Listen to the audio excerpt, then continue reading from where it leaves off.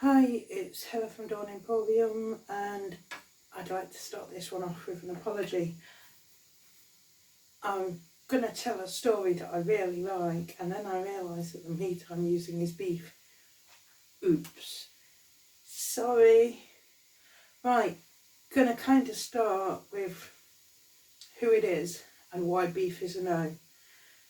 I'm going to be telling part of the story of Rama and Sita, not the story linked to the big festivity coming up, but more of a generalised story.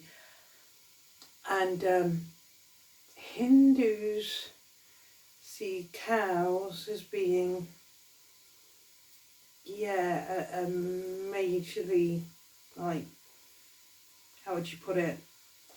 Well, you don't mess with the cows. Oops, I'm sorry. I just really like Rama and Sita, and I didn't think.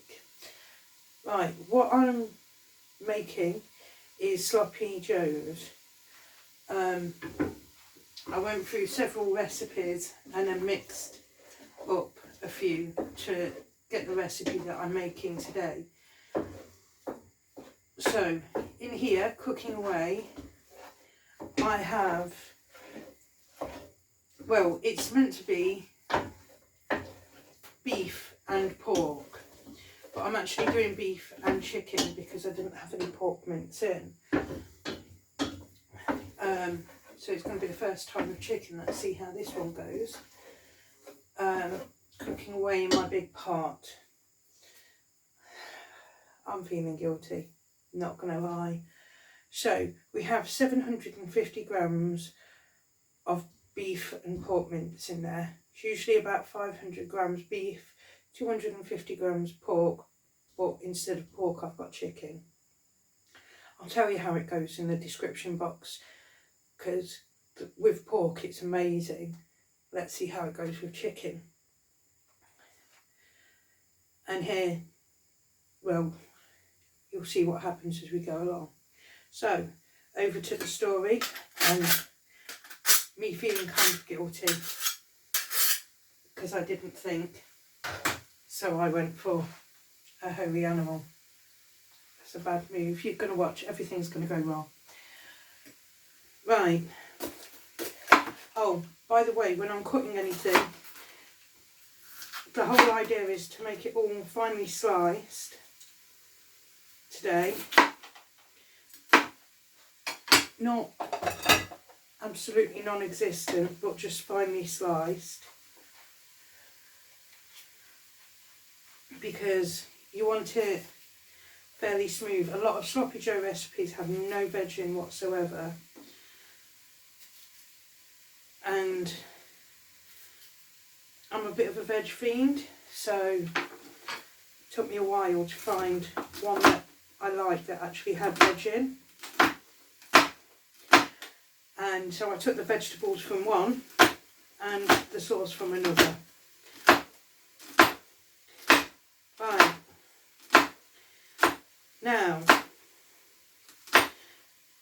let's start with who Rama is. I'm just literally going to tell you the very basic on Rama, because he's a bit confusing because of who he is. Rama is the 7th avatar of Vishnu, and Vishnu has a lot of names and faces. That's why Rama is his 7th avatar. When you get to number 7, you know you're well known. You know, most of us, by the time we make it to our 7th life on Halo, are getting bored. And Vishnu just keeps coming back for more. That's not a diss. It's actually quite cool. I couldn't imagine living my life twice, let alone 7 times. So, that is Rama. He is a god, literally. Now, Sita was brought up by a king called Janaka. Again, I'm likely to say a lot of these wrong, but I'm likely to say them a lot better than what I say a lot of other languages, because growing up in Leicester, I know a fair few more Indians than what I do other people from other races and other countries. So I'm sorry if anybody thinks that I'm kind of like biased with how I say things, but sometimes when you know people more, you're going to get better at saying their names and places and things. But it doesn't mean that I'm going to be right. So, Jamaica is a king, and he's just there ploughing his field one day. It's nice that a king actually ploughs his own fields. And a baby just springs out of a furrow. And that baby is baby Sita. In fact, Sita is a Sanskrit for furrow. And you thought that naming your babies after random things was a modern thing. No. So, Jamaica is bringing up this random baby that he literally found in a furrow. And he named furrow Sita. She grows up and she becomes really quite beautiful. A lot of people quite like her. She's very, very pretty.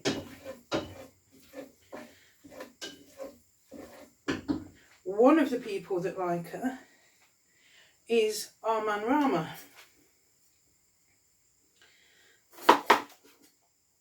But she's got to win him. He's got to win her, sorry, over. Because she's not going to marry just anyone, even if they are the 7th avatar of Vishnu. Because frankly, even I could say I'm the 7th avatar of Vishnu. Are you going to believe me? I very much doubt it. So he proves himself by bending Shiva's bow. And with that, he proves himself and they end up married. However, Rama is in exile along with his brother Lakshmana. I think that's how you say his name. So Sita goes straight into exile with her new husband Rama and her brother-in-law Lakshmana. And all is okay for a while. Apparently they were living it up in forests at the time, which isn't the worst place in the world to be, I'm pretty sure. And somebody else hears about this really pretty girl, Sita, and decides that he wants her. And this guy is called, I've lost myself. I know where he, that's it. He's called Ravana, and he lives in Lanka, which makes me think of Sri Lanka. I wonder if he was the king of Sri Lanka. Well, he was the king of Lanka anyway. So he goes, finds Sita, and steals her, and keeps her imprisoned. And he won't let her go. And she can't escape. And she keeps herself pure and chaste by just thinking of her husband, which is actually a very rare thing. I'll give you a clue what history is like. It is very common to steal somebody's wife or daughter. And Genghis Khan's first son, we're not even sure if his first son was genetically his. He made up for it with the amount of children he had, generally speaking. Because his wife had just spent 9 months in another man's captivity when she gave birth to his son. But he treated his son as his own because he was actually fairly decent if he liked you. He wasn't if he didn't, obviously. And he loved his wife. Now, bearing in mind how much he cheated on her with the raping and stuff, that's actually kind of hard to believe from a modern standpoint. But from a then standpoint, he did actually love her. So her son was his son, regardless of whether it was born of rape while she was in captivity or not. And that was the one that took over from good old Chinggis.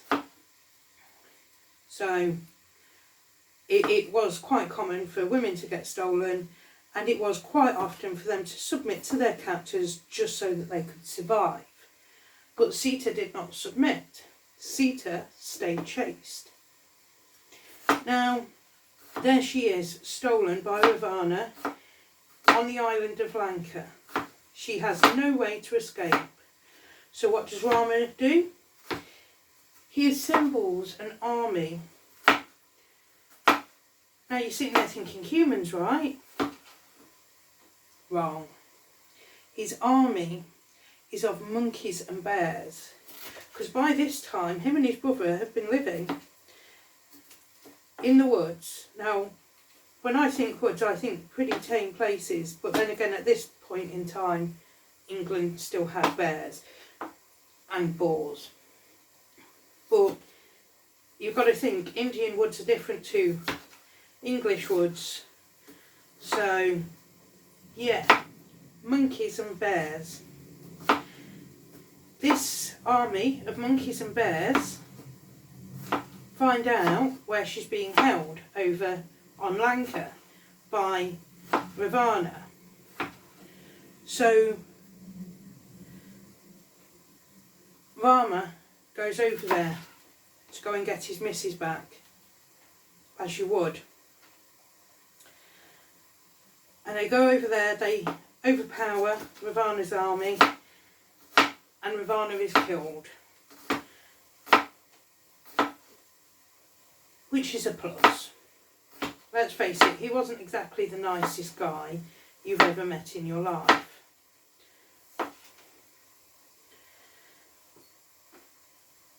And Sita comes home. You'd think all would be fine. It's around about this time that they end up coming out of exile. I'm not sure, I think it was just after Sita comes out of captivity that they come out of exile. Right? You think all would be fine. No. Nobody believes that Sita's been chased. They all think that she was doing the dirty on Rama. That was nice of them, wasn't it? So, Sita, wanting to prove her innocence, does a, how is it put? I'd say trial by fire. The exact wording that I read was, hang on, voluntarily underwent an ordeal by fire. Trial by fire. And passed. She'd been chased. But public opinion said no, she's been doing the dirty. And Rama believed the public over the trial by fire and his wife. Sorry, ordeal by fire. So what does he go and do?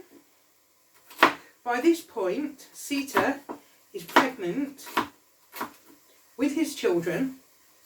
Well, he doesn't know that it's children. So she is pregnant. Number does not matter.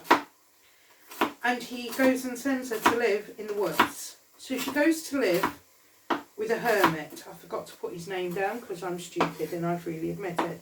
So she goes to live with a hermit. And then she gives birth to their sons. Now, one of them I know is called Kusha. The other one is either called Lava or Love. I'm not sure which is his name, Lava or Love. I'm going to go by Lava because the way that love is spelt is like somebody's text lingoing me. And I was sitting there going, it could be love as in text lingo love, or it could be said a completely different way and I'm totally dissing the guy. But Lava, yeah, that's doable. Right? Still could be totally saying it wrong. But if I am saying it wrong, Lava is a pretty cool natural thing going on, so less likely to be narked at me. So, there she is, she's given birth to his 2 sons, living with a hermit. And she stays with the hermit, brings up the 2 children until they're adults. And then she goes back to her husband when they're adults and goes, by the way, I had twins. These are your sons. Rama's overjoyed, he's got sons. How awesome is that? But the people still don't believe that she was chaste. They still think she cheated on him while she was over in Lanka being imprisoned by Ravana. So they demand another trial by fire. Aren't they lovely? Like top of the Christmas card list. So top of the Christmas card list. Well, Sita she can't cope with this anymore. She's not having this. Why should she have to prove herself time and time again to these people who don't actually matter to her marriage? She's proved herself time and time again. She went into exile with her husband and her brother-in-law. Where were they? Where were they? But she was with her husband that entire time. She'd already proven herself.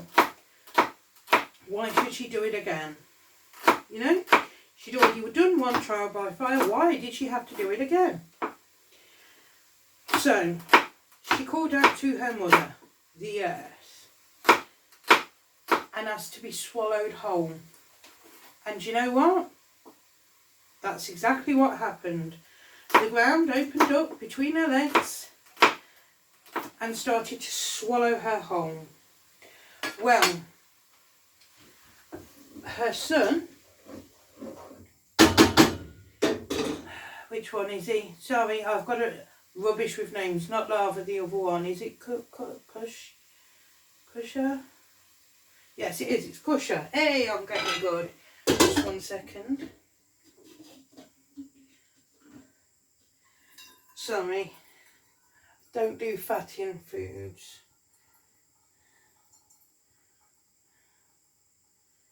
So all the fat goes out before anything else goes in. Right, now I've got rid of that. Right, this is 500 ml of passata.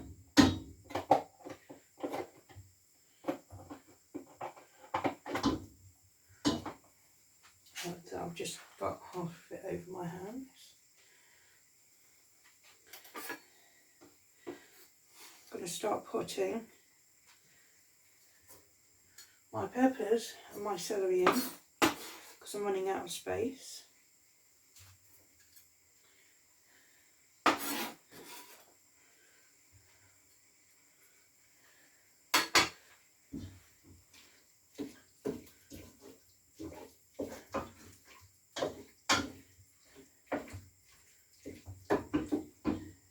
Turn that right the way down. Right. Kusha is heartbroken. His mother is literally getting eaten by his grandmother, the earth, in front of his eyes. So he tries to stop his mother being eaten, grabs hold of her, tries to pull her out of the very earth itself, and fails. And seeing this, realising that he'd been wrong, his wife had been faithful the entire time.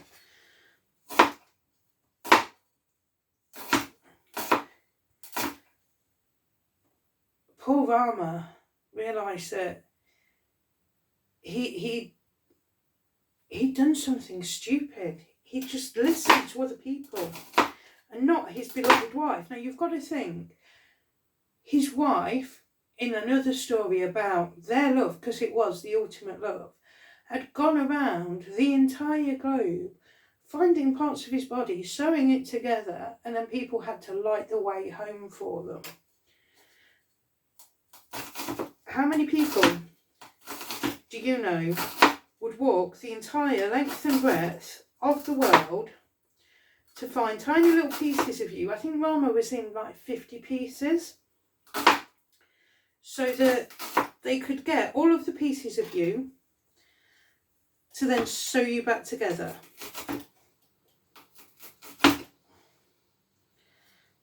That is some love right there. Right?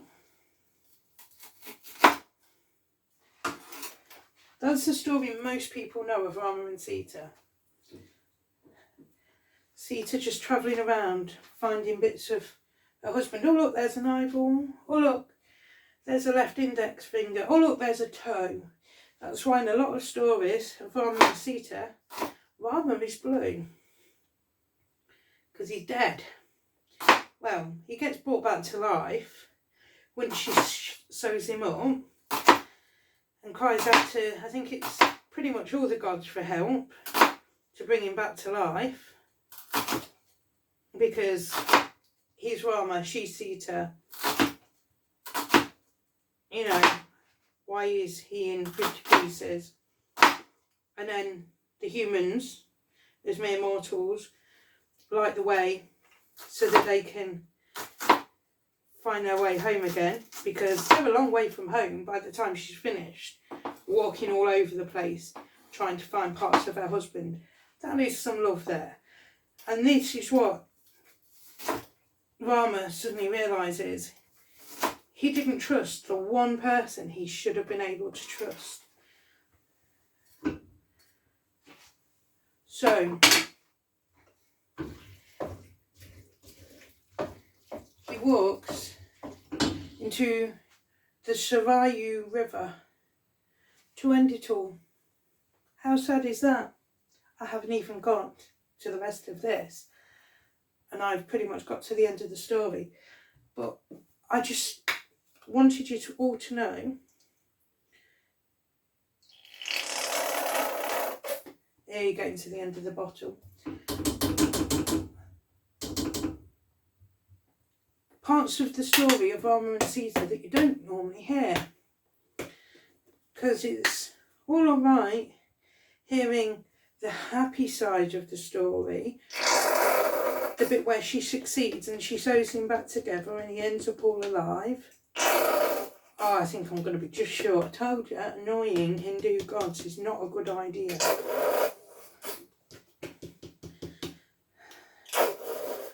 The thing is, I don't often buy brown sauce, so I'm a bit short.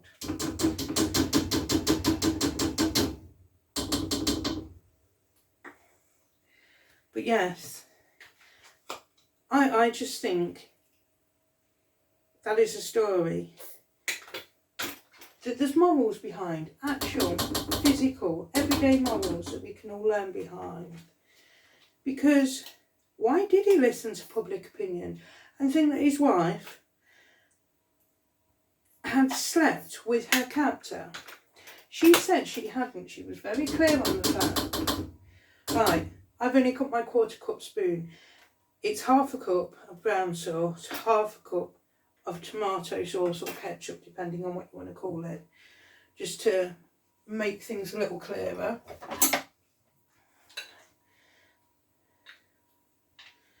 Two tablespoons of Worcestershire sauce.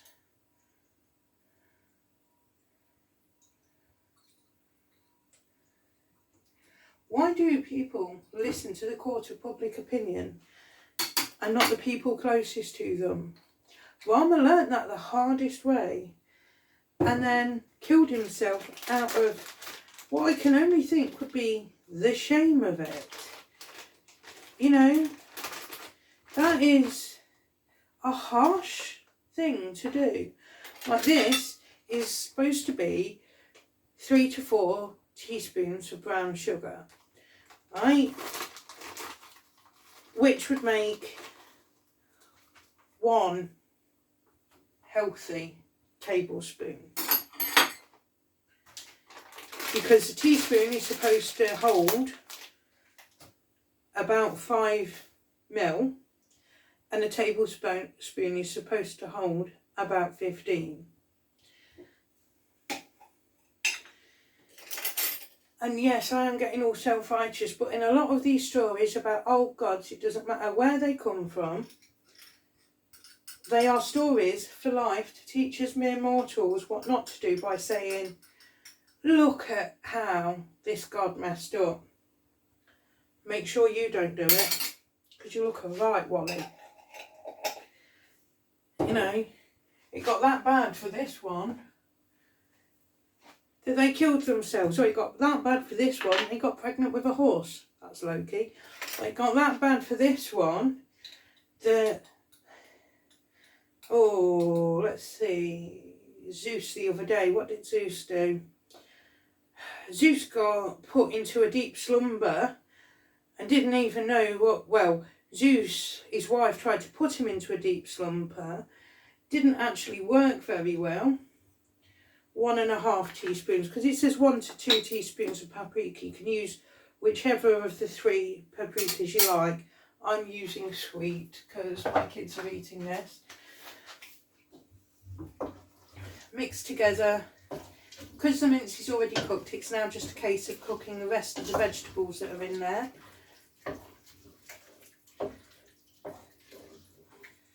You don't want it too liquidy, because if I show you what this looks like,